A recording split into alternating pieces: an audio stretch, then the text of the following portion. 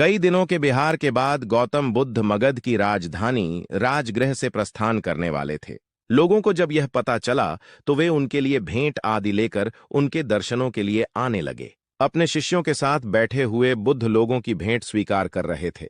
सम्राट बिंबिसार ने उन्हें भूमि, खाद्य, वस्त्र, वाहन आदि प्रदान किए। नगर सेठों ने भी धन धान्य और स्वर्ण आभूषण उनके चरणों में अर्पित कर दिए। सभी के दान को स्वीकार करने के लिए बुद्ध अपना दायां हाथ उठाकर स्वीकृति इंगित कर देते थे। भीड़ में एक वृद्धा भी थी। वह बुद्ध से बोली, भगवान, मैं बहुत निर्धन हूं। मेरे पास आपको देने के लिए कुछ भी नहीं है। आज मुझे पेड़ से एक आम गिरा हुआ मिल गया। मैं उसे खा ही रही थी कि तभी मैंने आपके प्रस्थान करने का समाचार सुना। उस समय तक मैं आधा आम खा चुकी थी, लेकिन मेरे पास इस आधे खाए हुए आम के सिवा और कुछ भी नहीं है। इसे ही मैं आपको भेंट करना चाहती हूं। कृपया मेरी भेंट स्वीकार करें। वहां उपस्थित अपार जनसमुदाय, राजा महाराजाओं और सेठों ने देखा कि भगवान बुद्ध अपने आसन से उठकर नीचे आए और उन्होंने दोनों हाथ फैलाकर वृद्धा का आधा आम स्वीकार कर लिया।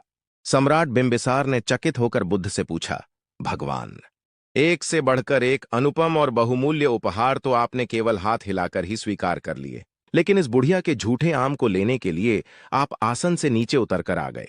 इसमें ऐसी कौन सी विशेषता है?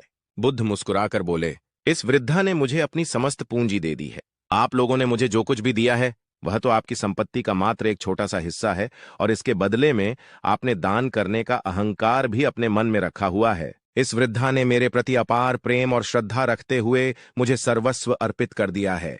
फिर भी इसके मुख पर कितनी नम्रता और करुणा है। इसलिए इस स्त्री का दान आप सभी लोगों के द्वारा दिए गए दानों में सर्वश्रेष्ठ है। समाज में अधिकतर लोग दान केवल इसलिए करते हैं ताकि उनको प्रसिद्धि मिल सके और उनके मन के अंदर बड़े और धनवान होने का जो अभिमान है उसे संतुष्टि मिल सके।